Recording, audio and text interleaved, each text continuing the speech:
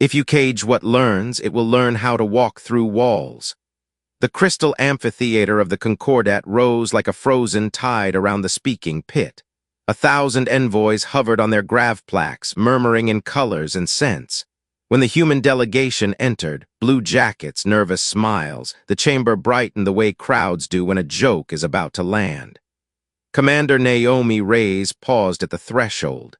She was not tall. She was not armored in living silk, nor ringed with jewel plasma. She had a scar across her lip from a childhood bike crash and a habit of tapping rhythms on her thigh when she thought.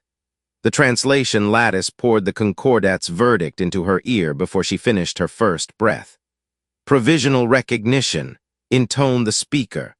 Restricted to Corridor 5112, trade under escort, no military manufacture above orbital, violations will be disciplined. On nearby platforms, the old powers performed their politeness, smiles so wide they hid their teeth. The Keth Dominion's general drummed steel claws on a rail. The Serene Collective released a fragrance like flowering ash. Someone whispered, "They still fly on chemical flame." Another replied, "There is nobility in pets if they behave." The laughter carried like dry leaves.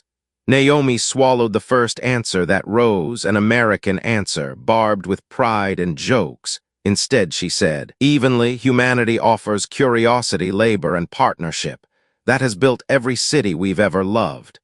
"Cities are granted to obedient children," the speaker corrected, and the amphitheater's dome dimmed to mark conclusion.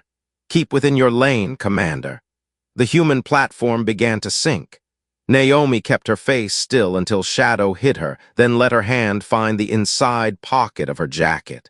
3 words waited on a quantum key, punched months ago in case the stars proved exactly like history books said Empire always was. Project NYX, green light. The message vaulted home before their platform touched the floor, slipped through entangled channels to a facility that did not exist on any chart. Under the black ice of Denali, where seismographs read permafrost and old tunnels from Cold War radar sites led nowhere, a ring of lights answered, one by one, like constellations being born.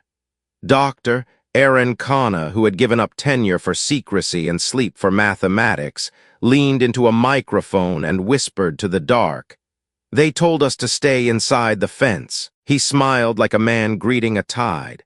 "So we'll walk through it." He touched the core. The room bent as if the building had inhaled. On his screen, the universe's hidden lattice shivered, a web of invisible mass that did not glow, did not chatter, but held galaxies together the way an ocean holds islands.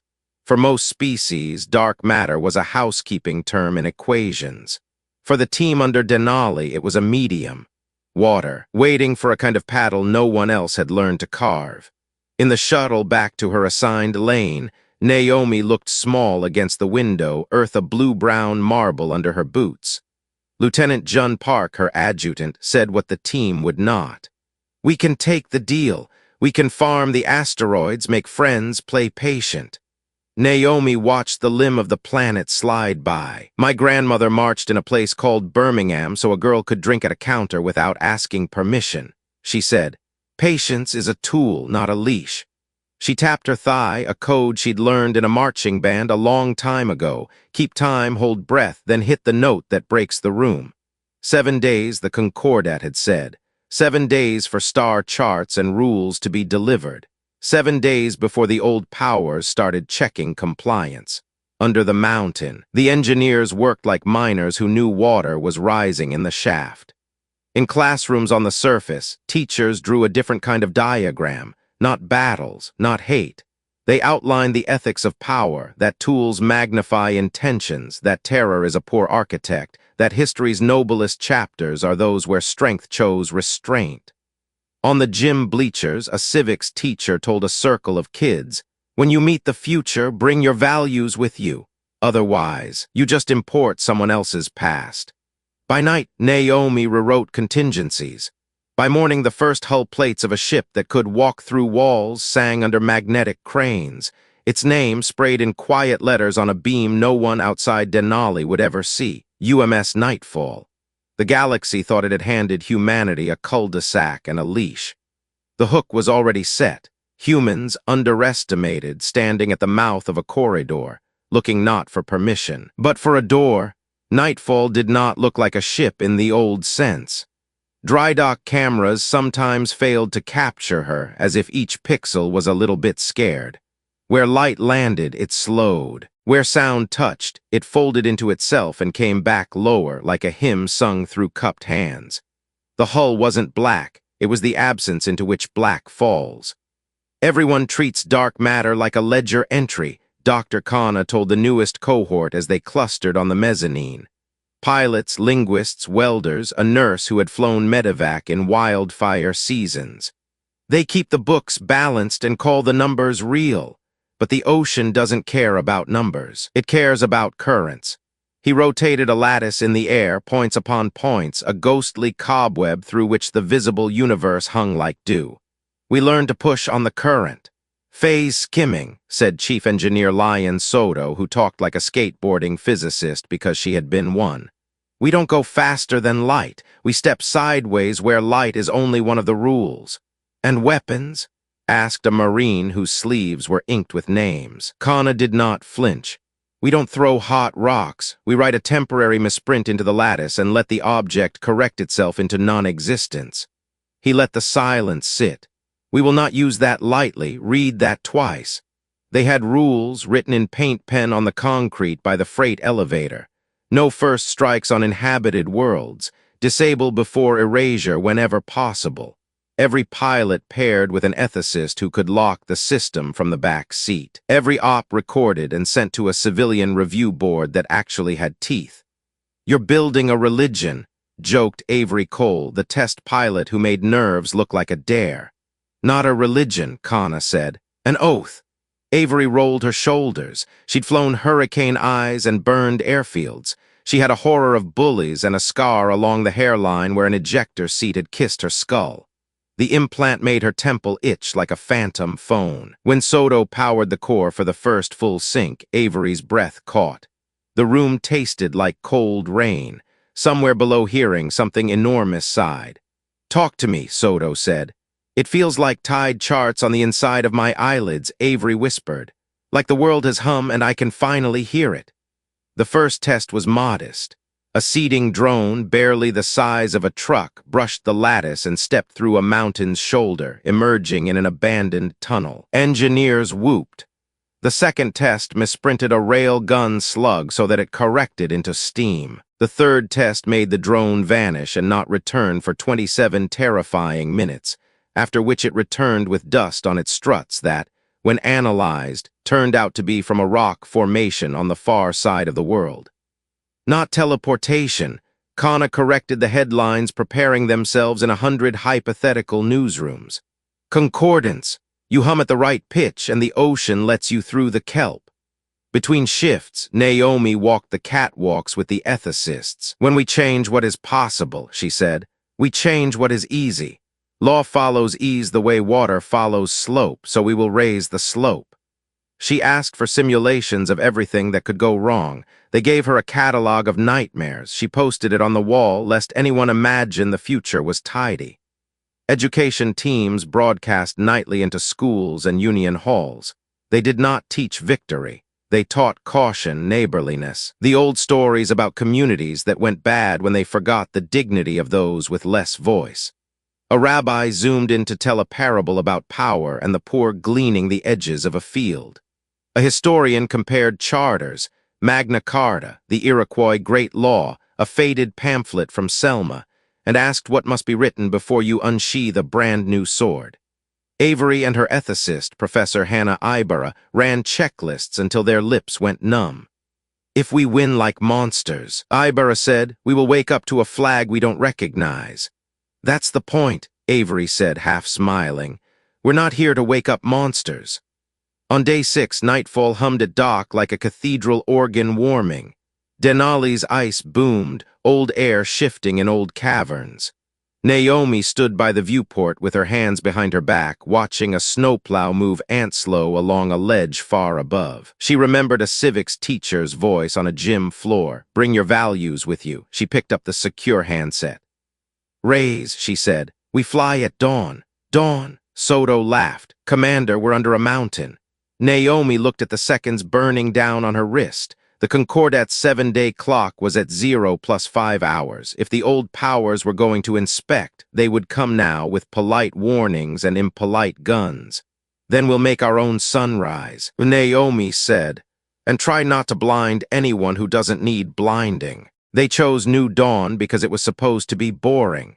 A warm amber sun, a single ring of towns along a shallow sea, fields of algae shimmering like stained glass. On market days, kids ran the piers and sellers shouted prices in 3 languages, none of which had a word strong enough for what fell out of warp a little after second bell. The Keth Dominion did not announce itself with music. 200 hulls stippled the blue, stacking in geodes like bruises. The first broadcast came wrapped in legalese: inspection, compliance, forfeiture. Governor Amani Ape stood beneath a solar awning, wide-brimmed hat in her fist, eyes narrowed against the glare. "You cannot inspect what you have no right to demand," she said, calm and furious. The second broadcast dispensed with law. It listed coordinates and the phrase surface sterilization. "Shelter in place," someone shouted, and half the town did not move because shock is a kind of glue. The defense platform spat honest projectiles that flared to useless sparks against Keth screens. On the beach, a father lifted 2 children at once, one under each arm, and ran. The first lance hit water beyond the reef. Fish boiled. Steam made a false cloud. Avery's hands were steady on Nightfall's cradle, because hands remember their jobs even as the world tilts. Professor Ibarra's finger hovered over a switch that could lock the core at the first whiff of hubris. Soto's voice came through like a snare drum. "Concordance is green, do not improvise." Naomi's order was simple and had taken a lifetime to write. Protect the living, demonstrate enough, leave a door open. Nightfall stepped sideways out of the mountain's throat and into the bright above New Dawn, her shadow eating sunlight in a hungry circle. Air frosted around her. Waves went glassy as if the world had decided to hold very still. "Keth formation," Naomi said, standing on Denali's command deck. "This is Commander Reyes of the United Mars service vessel Nightfall. Disengage or be disabled." The Keth laughed because that is what strong men do when they cannot imagine a future where they are not strong. A second lance lit. Nightfall didn't dodge. She wasn't there, and then she was, knitting herself through the beam, reappearing nose to bridge with a Keth cruiser. Avery drifted through the hull like a diver pushing curtains. "Non-lethal first," Ibarra said. Avery exhaled. The lattice around the Keth ship misprinted. A tiny thing, a hiccup in reality that convinced the shield projectors they had already fired at full capacity and should responsibly cool down. Screens died. Guns slumped. 1,000 tiny alarms began to sing. The second cruiser tried to flank. Nightfall passed through its spine and kissed the torpedo bay with a nudge so small a scale would not have admitted it, except the torpedoes were creatures of timing, and timing lives on a cliff's edge. Their safeties believed they had already detonated. They did not explode, they forgot how to be tense, and half the rack went inert with relief. 3 hulls are spooling planet killers, Soto warned. "Pin them." "Pin, don't break," Ibarra murmured. "Pin," Avery agreed. She laced a filament of cold through the 3 shipyards, threading their reactors into the lattice the way a nurse threads a suture. The reactors heard a bedtime story in the Nightfall's whisper and went to sleep. Lights dimmed. The planet killer lances guttered out like stage effects losing budget. On the pier, a girl in a blue shirt looked up and said, very quietly, "Our ship is made of night." Her mother said, "Yes, baby." Somewhere far away, a teacher who would never know her name added a slide to tomorrow's lesson plan, how restraint looks when it has teeth. A Keth captain, furious and humiliated, rammed. Nightfall let him pass through as if he were made of rumor. Avery could have erased him, and the systems sang for it, the way railguns hum for release and fists itch. The ethicist's hand hovered, but Avery shook her head. "Not today." She vented a swath of coolant straight into the lattice. The captain's screens gave him a polar dawn at midnight. He stopped trying to be brave. Governor Ake took the open channel. "General," she said, as if she were greeting a neighbor from a porch, "collect your wounded pride and go." Silence. Then a voice like sheet metal scraped across a deck. "How many of these impossible hulls do you possess?" Naomi spoke true. "Enough to end you, not enough to feel good about it." "Then why haven't you?" The question held more ache than threat. "Because we have children who will ask us what we did," Naomi said, "and we want to be able to answer." In orbit, the Keth ships drifted in their own cold breath. On shore, parents carried kids through puddles that still steamed. Nightfall hovered and did not flex. The Concordat channels lit like a hive split with a stick. Somewhere a vote counter gummed the old laws with new fear. "Commander," Soto said, soft, "we're seeing spiking signatures at the edge of the system. Somebody's calling home." "Let them," Naomi said. "If today is a lesson, it should have an audience." Nightfall slid between realities like a page turned the careful way so as not to tear. Above the sea, wind broke and then remembered how to move. On a pier, a girl exhaled and gripped her mother's hand. The day the sky shivered, what did not happen mattered as much as what did. The emergency chamber beneath the Concordat's capital had no windows and too many mirrors. The old powers looked like a history book arguing with itself. Feeds looped from New Dawn, beams guttering, ships falling gentle as tired horses, a human hull that drank light. "This violates every principle," hissed an elder whose civilization had written most of them, "or reveals the principles were never universal." "How many?" asked the speaker. "Unknown," said the Keth general, staring at a freeze frame of nightfall stitched through his cruiser like a seam. "Enough." He almost said enough to end us and did not. "What do they want?" The room had excellent air handling, still it felt thin. On Earth, Denali turned quiet after the cheers died. That is how grown work feels, noisy when you're lifting, hushed when you're choosing. Naomi convened teachers and engineers, pilots and poets, a bus driver from Albuquerque who had spoken at every city council meeting for 20 years. "If you build a new road, build a new sign," the bus driver said. "Folks drive where the arrows point." Dr. Khanna slid a sealed envelope to the ethicists. "The off switch," he said. "If I go bad, pull it." He tried a joke and failed. Power is an amplifier. It makes saints louder and tyrants worse. They wrote the Nightfall Charter in a weekend that felt longer than winter. It braided old chords, Geneva and the Great Law, a coal miner's pledge, a church covenant from a clapboard town with new wire, constraints for a hull that could step through walls. They set review by citizens outside the uniform. They limited erasure to last resort. They committed to broadcast reasons for every operation, even when secrecy would be convenient. Transparency is a weapon, too, Professor Ibarra said. Then, because you cannot wage peace by hiding, Naomi asked Avery to speak. She did not send a threat. She sent a lesson plan. Avery appeared on 100 screens in 100 councils. No cosmic reverb, just a flight suit and a tired smile. "We won't pretend we're not dangerous," she said. "We are because we learned a new way to push on the world, but hear what we're pushing toward." She outlined the charter like a freshman seminar: premise, safeguard, consequence. She offered what could be shared: cleaner fission cycles, fail-safe reactors, a vaccine platform, fabrication for cheap desalination, gifts that didn't need dark matter secrets. In the chamber below the Capitol, some envoys bristled at the tone. Others wrote notes very quickly. The Serene elder asked, "What if we refuse and muster force?" "Then you'll learn how little force can do when the fields are crooked," Avery said softly. "But if you come to the table, we will scoot over." She did not add what she could have. The table was never theirs alone. The Concordat tried to stall. Old orders are good at that. Committees bloomed names that sounded like action and smelled like stall. Meanwhile, border skirmishes flared not by Nightfall's hand, but because every bully on a back road tests when the sheriff blinks. Naomi kept the crew on a leash they had woven themselves. "We are not a crusade," she told them in the pre-flight room, chalk in hand like a high school coach. "We are a boundary and a promise. You will be tempted by clean kills and applause. Decline the invitation. leave people away to become better. She drew a box and opened one side with an arrow. Always build an exit.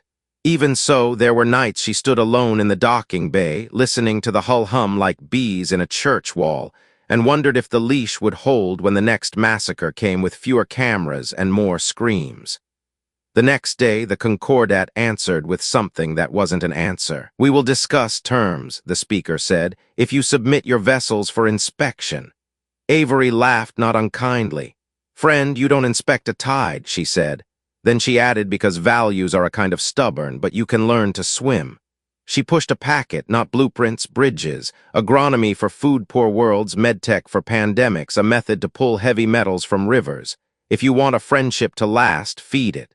In homes from Lagos to Luna, folks watched and argued.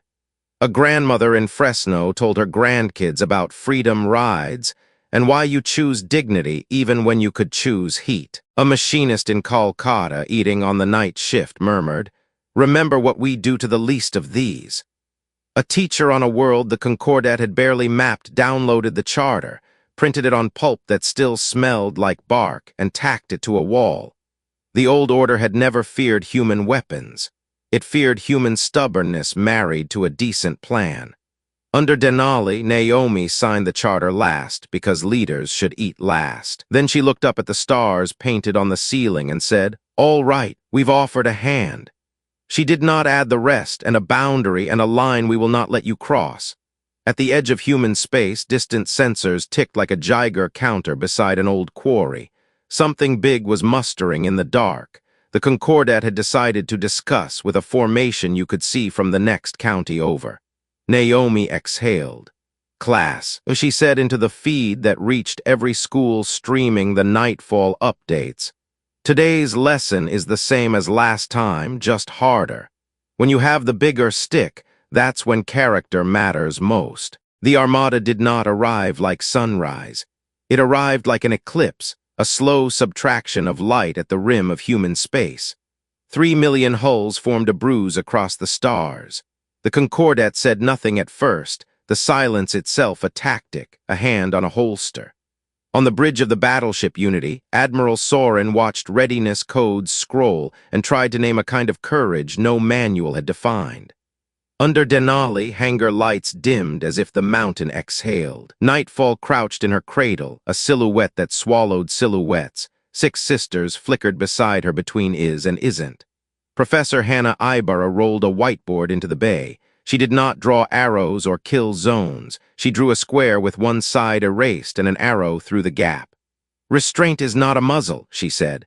"Restraint is design. We build our own exit so no one has to die inside our righteousness."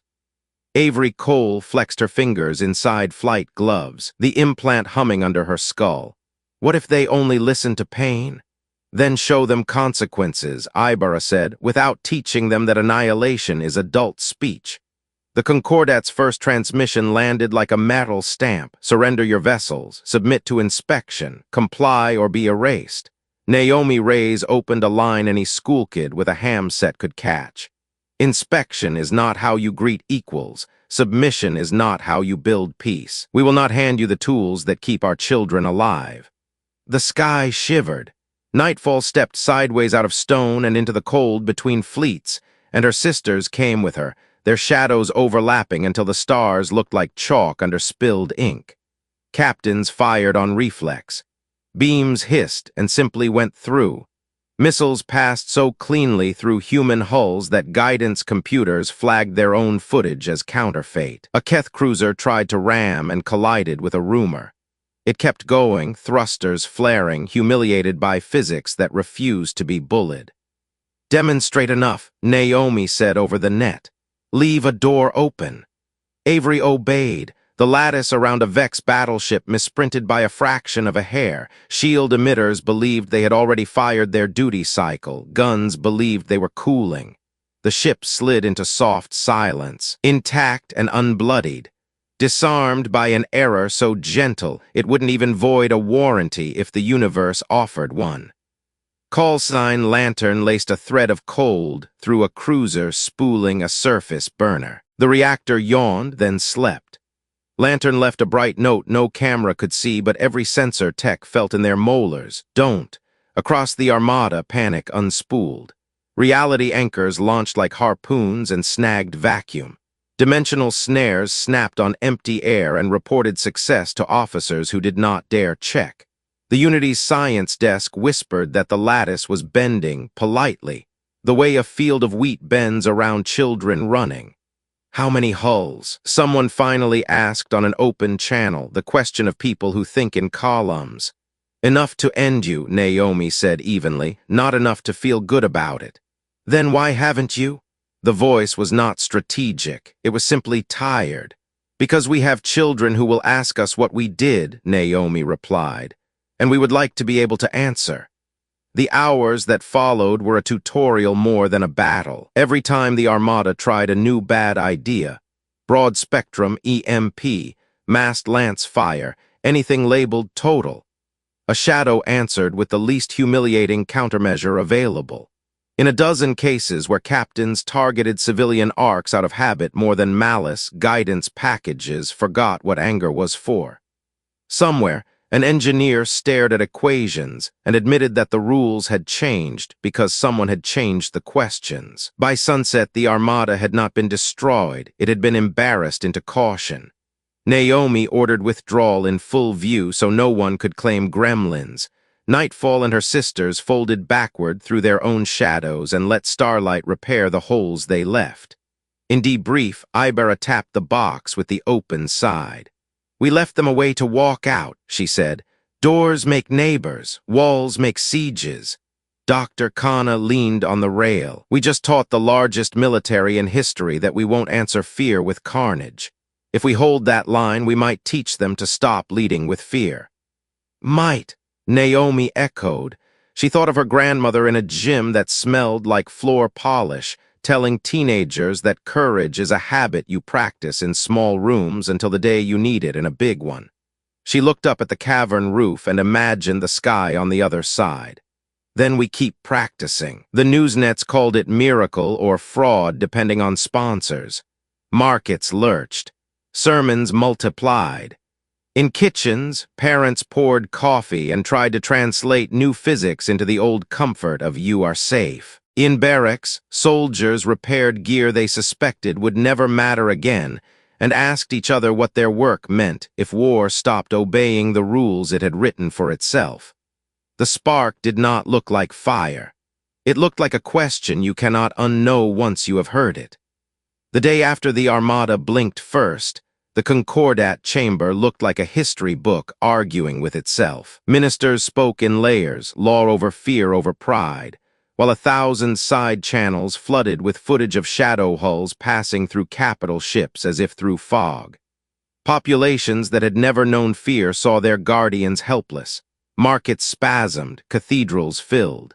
A serene elder said heresy, a trade pundit said fraud. A mechanic in the Vex interior switched off the talk and whispered, "If they wanted us dead, we would be." Unacceptable, Representative Thuris snapped. Leafing through a packet like paper could make new physics crinkle. They flaunt forbidden weapons and then preach morality, hypocrisy. Dr. Kelvin of the Science Directorate rubbed his eyes. Call it what you like. They have rewritten how force couples to matter. If their intent were annihilation, we would be negotiating with debris. The Keth general rolled steel along steel on the table edge. A foe who believes himself righteous is more dangerous than one who admits appetite. In Denali, the air tasted like coffee and cold iron. Naomi convened not only pilots and engineers, but bus drivers, teachers, midwives, a machinist on night shift. Tools magnify character, she told them. So the most important part of this program is not the hull, it's the oath. Dr. Aaron Khanna stood with a sealed envelope in his hand. The off switch, he said. If I go bad, pull it. He shrugged, a small, embarrassed gesture. Power is a mirror. It shows you what you already are, only louder. Professor Hannah Ibera put the Nightfall Charter on the wall. The letters were plain, no first strikes on inhabited worlds, disable before erasure, pair every pilot with an ethicist who can lock the core, civilian review with teeth. She traced each clause to older stories, Birmingham, Selma, the great law of peace, a miner's pledge. "We are not inventing morality," she said. "We are remembering it at scale." Avery wandered in from the hangar with grease on her sleeve and the lattice singing in her bones. The humming had a way of making you feel infinite and small at the same time. "It's intoxicating," she admitted to Ibera, "to step and have distance answer." "That's why we tether you," Ibera replied. "Every myth warns us, Icarus, Babel, Oppenheimer, wings don't kill, forgetting why you wanted to fly does." Meanwhile, the argument left the mountain and went home with people. A civics class on Lunar wrote essays, a pastor in Atlanta preached restraint. An auntie on the Nairobi maglev said, "Break the fence if it cages, but bring a pie." A dock worker in Veracruz asked about lattice medicine. A Nightfall tech answered with a trial schedule. The Concordat still planned war, but their own citizens began to ask questions their ministers couldn't answer with graphs. What if strength bound by principle is safer than strength bound by hierarchy? What if these primitives had built not a weapon but a pedagogy? That whisper, the idea that power could be taught, not merely wielded, ran like a new current under old foundations. Naomi visited the nursery where engineers' babies slept under murals of whales and stars. She traced Orion over a crib and thought about the American habit of trying to make tomorrow fairer by writing things down and holding each other to them. Constitutions, covenants, backyard rules chalked on basketball courts. She heard her grandmother again. "Bring your values with you. If you set them down to carry something heavier, you are already lost." The Concordat's second communique arrived with the lotion of diplomacy and the fist beneath. "Submit to inspection or face collective action." Avery laughed, not unkindly. "You don't inspect a tide," she said on the reply, "but you can learn to swim." She attached a packet, bridges, not blueprints, safer fission cycles, desalination membranes, a vaccine platform, a way to clean heavy metals out of rivers with cheap biofilms. "If you want a friendship to last," she said on a public channel, "feed it." Thuris called the offer bribe. Kelvin asked for a meeting. The Keth general sharpened his voice until it cut. While committees blossomed, names that sounded like action and smelled like stall. The border lit with little wars not of Nightfall's making. Every bully with a badge tests when the sheriff blinks. Naomi kept the squadron on the charter's leash and lost sleep anyway. A leader is the person who knows which heartbreak she is choosing. Avery stood alone with the hull and listened to it hum like bees in a church wall. The lattice felt increasingly like a choir, not a machine, the voices of a world's worth of dark matter ready to be shaped by intent. She pressed her palm to the skin of the ship and said it out loud in case the room was listening. "We are not here to be gods. We are here to be good neighbors with unusual tools." In that confession lay the hinge of the age. The galaxy had imagined human ambition as appetite. It was seeing a different thing, hunger disciplined by an oath. Audacity yoked to a choir of ordinary people who insisted the future keep room at the table for the smallest voice. The mirror was working. The old order saw its reflection and recoiled. Humanity saw its reflection and argued. In the argument was hope. The Second Armada came with new names for old fear. Reality anchors, dimensional snares, quantum cages. The brochures promised certainty. The engineers promised that this time the tide would hold. Admiral Soren read the briefings and knew the tone, the false relief of a man who has purchased a heavier lock after seeing a clever thief. He ordered the fleet to advance anyway. Duty is sometimes a way of walking into a lesson you do not want. Naomi watched the sensor bloom and spoke to classrooms first. Today's lesson is the same as last time, just harder.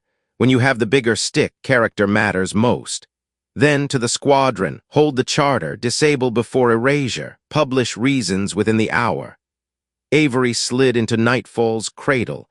The implant brightened like dawn behind her eyes. The lattice was louder now, as if the world had learned her name and was humming it back. She felt the other pilots like chords, lantern, kestrel, mariner, choir. She felt Ibera like a gentle pressure at the back of her mind, hand on the brake, promise in the touch. "Tether live," Ibera said.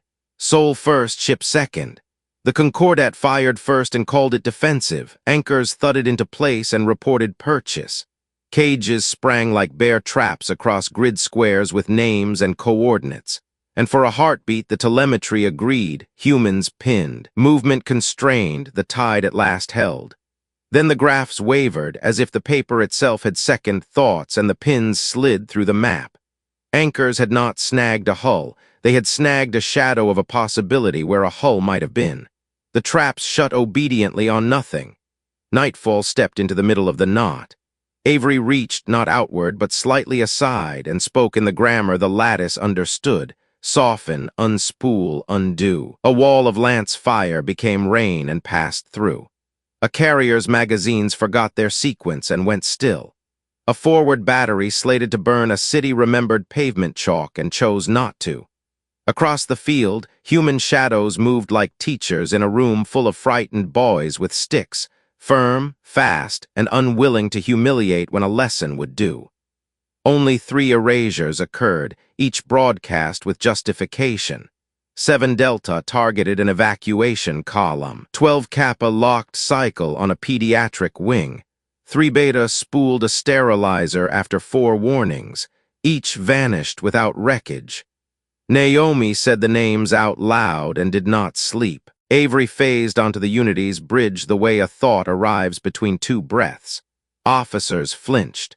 One swore, one crossed himself in a faith not his own, one whispered, "Please don't." Avery kept her hands open. She looked like a pilot in a worn flight suit with grease on the knees. Only her eyes betrayed the other places she could be. "Admiral Soren," she said, voice low enough to be private, though every recorder caught it. "You cannot cage us, you cannot erase us, but you can join us, choose." Soren's jaw worked in the way of men who have bitten down on iron for too long. "Join what?" he managed. "A world where strength answers to oath," she said. "Where technology arrives with a user's manual that begins with the word neighbor. Where your fleets don't enforce hierarchy, they enforce dignity." He wanted to argue, reached for history that would defend pride and found only obituaries. He remembered the first Armada, the declined easy kill, the public packet with desalination and safer fission, the faces in his mess halls, fear and hope together. He exhaled, doctrine sloughed off like bad paint. "If I say yes," he asked, "what happens to the order I swore to defend?" "It becomes better or it becomes something else," Avery said. "But it stops pretending that obedience is the same as peace." Outside, anchors drifted uselessly like old furniture after a flood. The comms desk blinked with frantic notes from sub-commanders asking why the levers did nothing. Avery tilted her head, listening to something nobody else could hear. The choir of the lattice, the hum of her squadron, Naomi's silence. "We will withdraw if you do," she said. "We will continue to hold a boundary you have learned not to cross. We will keep offering bridges, but we won't wait forever. Curiosity outruns fear. That is our bet." Soren closed his eyes and saw not maps but children. He opened them on a world where his next order would be the most honest he had ever said. "Signal the fleet," he told his comms officer. "Stand down, prepare for talks." Avery left no footprint. She was there, and then she was a rumor, and then she was gone. Across the Armada, hulls cooled like animals settling. Naomi released the squadron into the quiet with the exhaustion of a parent who has kept everyone from breaking the good china during a family argument. On the public stream, she said only, "Thank you for choosing a door." Thuris called Soren a coward before the day was done. The Keth general promised to remove him. "Doctor," Kelvin asked for the charter, full text in his inbox by morning. Citizens in a dozen systems lit candles, for victory, for relief, for the possibility that the future might be embarrassingly decent. In a barracks on the Vex interior, the quiet mechanic who had turned off the news the day before set a cup of tea on a bulkhead, took a breath and said, "About time." Talks began like all fragile things, with 2 bright lights and bad coffee, with translators who over-enunciated, with security details who pretended their hands did not itch. The Concordat arrived with legal scaffolding stacked to the ceiling, eager to smother the new with the familiar. Naomi arrived with the Nightfall Charter printed on paper. The first sessions failed. Old reflexes are excellent at masquerading as principles. Representatives demanded inspection rights. Naomi declined. Generals promised safety if humanity disarmed. Naomi smiled and asked to see the X-ray first. Doctor, Kelvin asked questions nobody else dared. How the lattice chose to bend, whether the pilots' minds were changing, what guardrails existed that would not depend on one commander's conscience. Professor Ibarra answered with an index of constraints and a history lesson. Every American success she trusted had been a collaboration between ambition and limit. We wrote our breaks down, she said. Then we installed them. The chamber performed its ritual while the galaxy moved. On a mining moon, a foreman watched a Nightfall team install a cheap biofilm that stripped heavy metals from a river and cried when the first bucket of water ran clear. In a serine clinic, a lattice-assisted therapy corrected a congenital heart defect in a child whose mother had never been in the same room as a human before. In a Keth port, a crew chief turned in his badge after a rumor said the Shadows knew who targeted civilians and would remember. Not everyone converted. Plenty of small men muttered in big uniforms. But the silent middle began to lean.